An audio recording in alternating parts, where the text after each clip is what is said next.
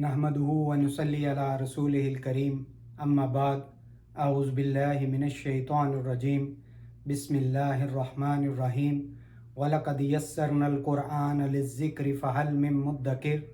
बेशक हमने कुरान को समझने नसीहत के लिए आसान कर दिया है, तो कोई है कि सोचे समझे नसीहत हासिल करे। रब्बि इश्रह ली सदरी व यस्सिर ली अमरी वहलुल उक़दतम मिन लिसानी यफ़क़हू क़ौली। ऐ मेरे रब, मेरा सीना मेरे लिए खोल दे और मेरे काम को मुझ पर आसान कर दे और मेरी ज़ुबान की गिरा भी खोल दे, ताकि लोग मेरी अच्छी तरह बात समझ सकें। आज हम आगाज़ करते हैं पारा नंबर 6 का, जिसमें रकू की तादाद 14 और 5 आयात पर मुश्तमिल है और ये मंजिल नंबर 1 में है। तो सबसे पहले रकू में अल्लाह ताला इरशाद फरमाते हैं कि ऐब व जुल्म का इजहार और उसकी इस्लाह कैसे होनी चाहिए। फिर अहले ईमान के दर्जात का यहाँ ज़िक्र किया गया है। फिर दूसरे रकू में हम देखते हैं यहूद की ज़्यादतियाँ और बदअमालियों का यहाँ ज़िक्र किया गया है और हज़रत ईसा अलैहिस्सलाम ज़िंदा हैं। फिर तीसरे रकू में हम देखते हैं अंबिया की मुश्तरका दावत का यहाँ ज़िक्र किया गया है और आखिरी रसूल सल्लल्लाहु अलैहि वसल्लम की आमद का इस रकू में ज़िक्र किया गया है। अहले किताब को नसीहत की गई है।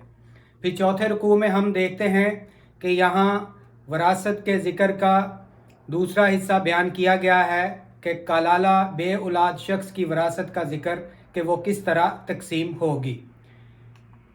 यहाँ पर सूरह अल-निसा का एख्तिताम होता है। अब हम इस पर एक नज़र डालते हैं कि ज़्यादातर औरतों के हकूक़ का बयान इस सूरह में किया गया है।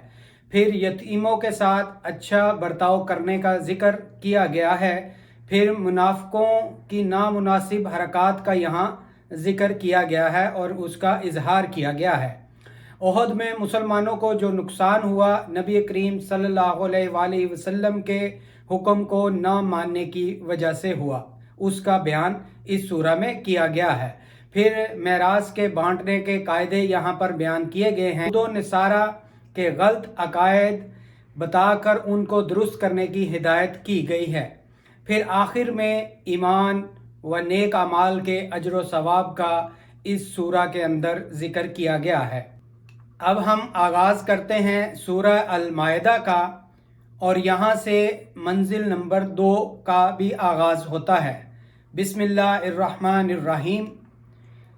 सूरह अल-माइदा पर एक नज़र। मकाम नज़ूल मदीना मुनव्वरा।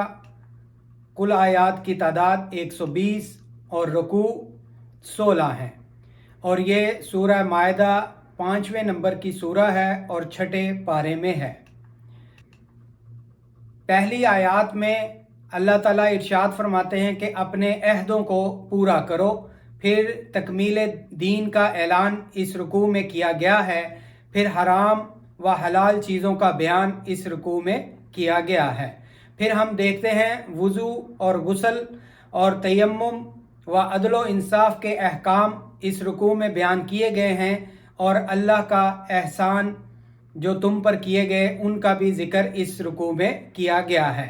फिर अगले रुकू में हम देखते हैं कि तुम्हारे पास अल्लाह की तरफ से नूर और रोशन किताब आ गए हैं, इस बात का इस रुकू में जिक्र किया गया है।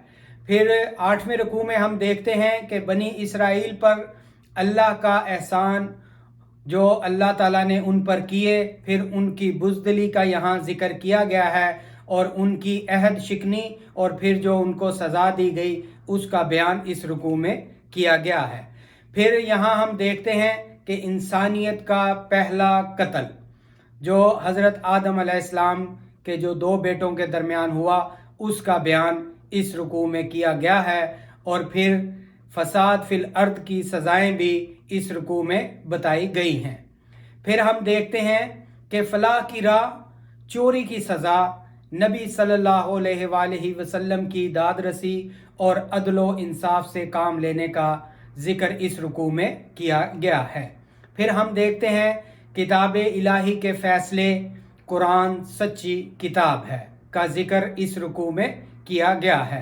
फिर हम देखते हैं कि यहूद व नसारा से कल्बी दोस्ती मना है, अल्लाह वाले ही गालिब रहेंगे, इस रुकू में इस बात का बयान किया गया है। फिर हम देखते हैं कि काफरों को दोस्त मत बनाओ, यहूद की बदजुबानी का यहाँ जिक्र किया गया है। फिर 14वें रुकू में हम देखते हैं कि नबी करीम सल्लल्लाहु अलैहि वसल्लम की हिफाजत रब्बानी का यहाँ जिक्र किया गया है। फिर ईसाइयों के मुशरकाना अकायद का भी इस रुकू में जिक्र किया गया है। फिर हम देखते हैं कि आखिर की आयत में बुराई से ना रोकने की सज़ा, यहूद व नसारा के दरमियान फ़र्क का भी इन आयत में जिक्र किया गया है। यहाँ पर पारा नंबर 6 का अख्ताम होता है। वीडियो देखने का शुक्रिया। चैनल को लाइक करें, सब्सक्राइब करें ताकि नई आने वाली वीडियो आपको बर वक्त मिल सके। जज़ाकुमुल्लाह खैर।